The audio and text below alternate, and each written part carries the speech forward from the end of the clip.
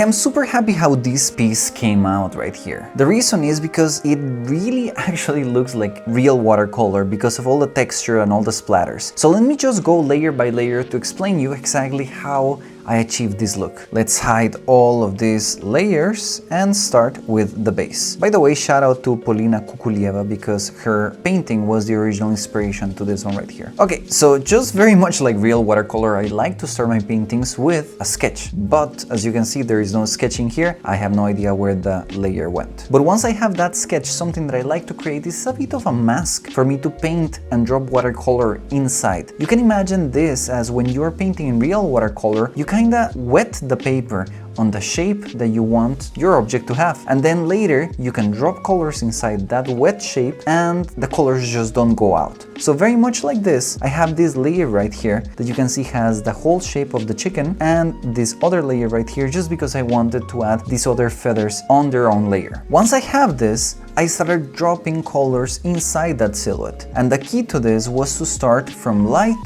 and go slowly, progressively darker and darker. So you can see here I added a bit of the local colors, being very soft between them. I was not trying to define like very harsh where the red part finishes and where the blue one starts. Then I went darker and then again darker. And for the tails on the back, I needed just one layer. The reason it has all of these juicy textures right there is because I use brushes that have wet on wet type of textures. Like for example, this round wet right here, that if I just draw with it, you can see that it has that nice wet on wet type of outline, and you can just drag the colors very much like real watercolor. Or if you want something that is a little bit more textural, this flat wet definitely does what I wanted to do. Or if you want something more textural, this flat wet right here is definitely gonna give you something even more stained and more realistic. But that was not enough texture, so then I went on top and I added a new layer to create this salt effect. Again, this texture is just another brush. And at the end, I just finished with some little splatters here and there, and that is the final result for this little chicken rooster.